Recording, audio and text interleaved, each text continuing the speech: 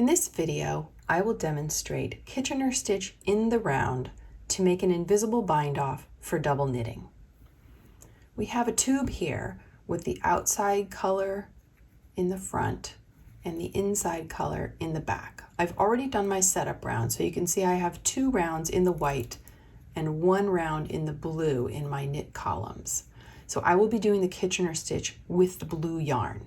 So you'll cut a tail that is 4 times the circumference of your cowl. Make sure it's not what's on the needles. You want the actual cowl so you get the full circumference.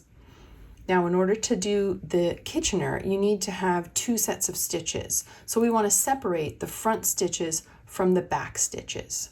So I'll take a second needle. It can be the same size or smaller, and it doesn't have to be a 16-inch. It can be longer, that's fine. So what we'll do is we will slip a front stitch to one needle and a back stitch to the other needle. Front on one, back on another. And we will do this all the way around so that we have our stitches separated and set up to do the Kitchener stitch. Get a little rhythm going. So you can see I'm separating the inside from the outside of the cowl. So I will finish that and we'll be right back. Okay, so we'll just do these last few.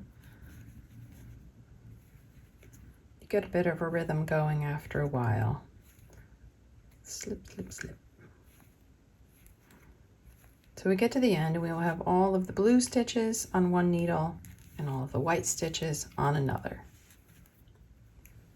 So I've pulled my inner needle through and slid the stitches up to the tip of the needle so they are ready to be worked.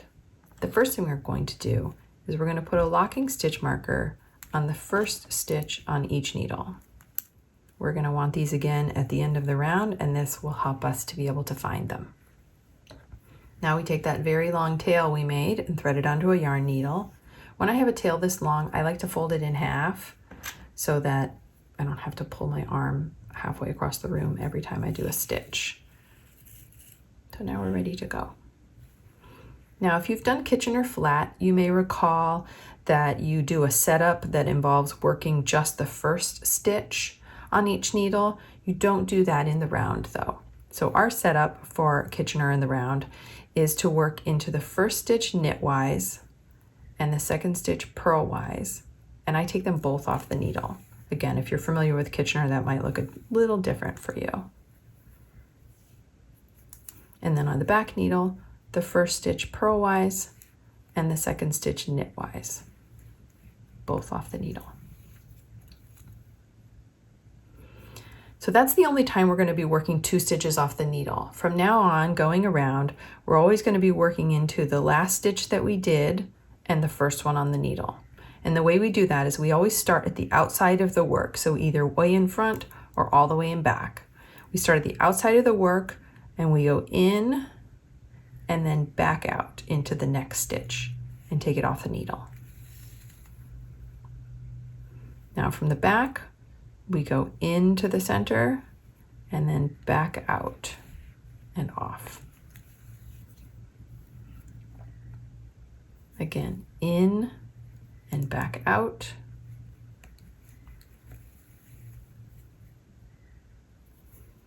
In and back out. And we always make sure that you're going to be moving the yarn back and forth aside the tips. You don't ever want to go over the needle. It's always back and forth this way. And then it's a little bit of tidying might be necessary.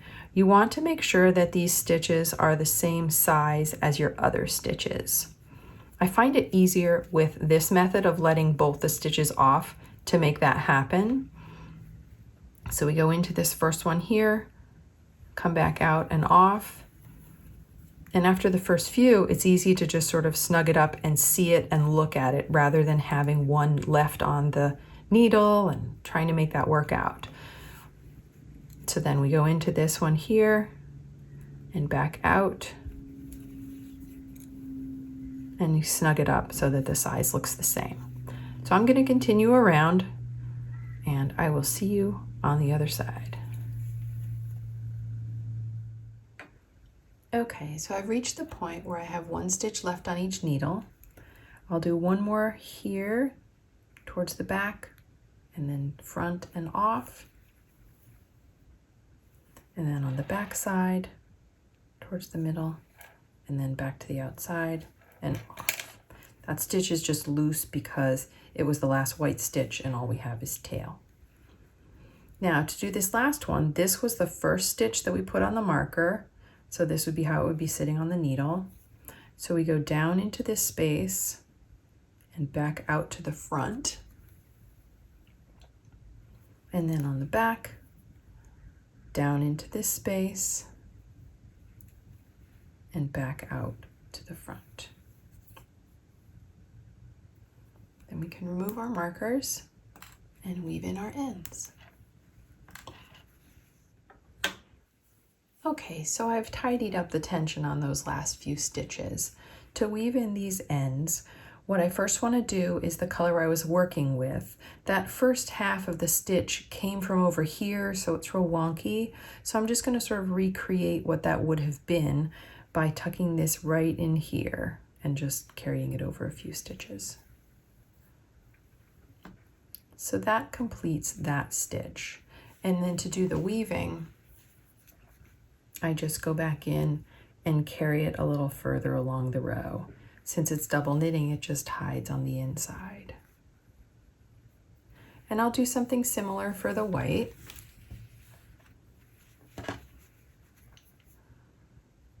This would go, the path of the yarn would go like this. And so I'll just take that and bring it right under here. Kind of like duplicate stitch if you've done that before. And then again, just weave it in along that channel.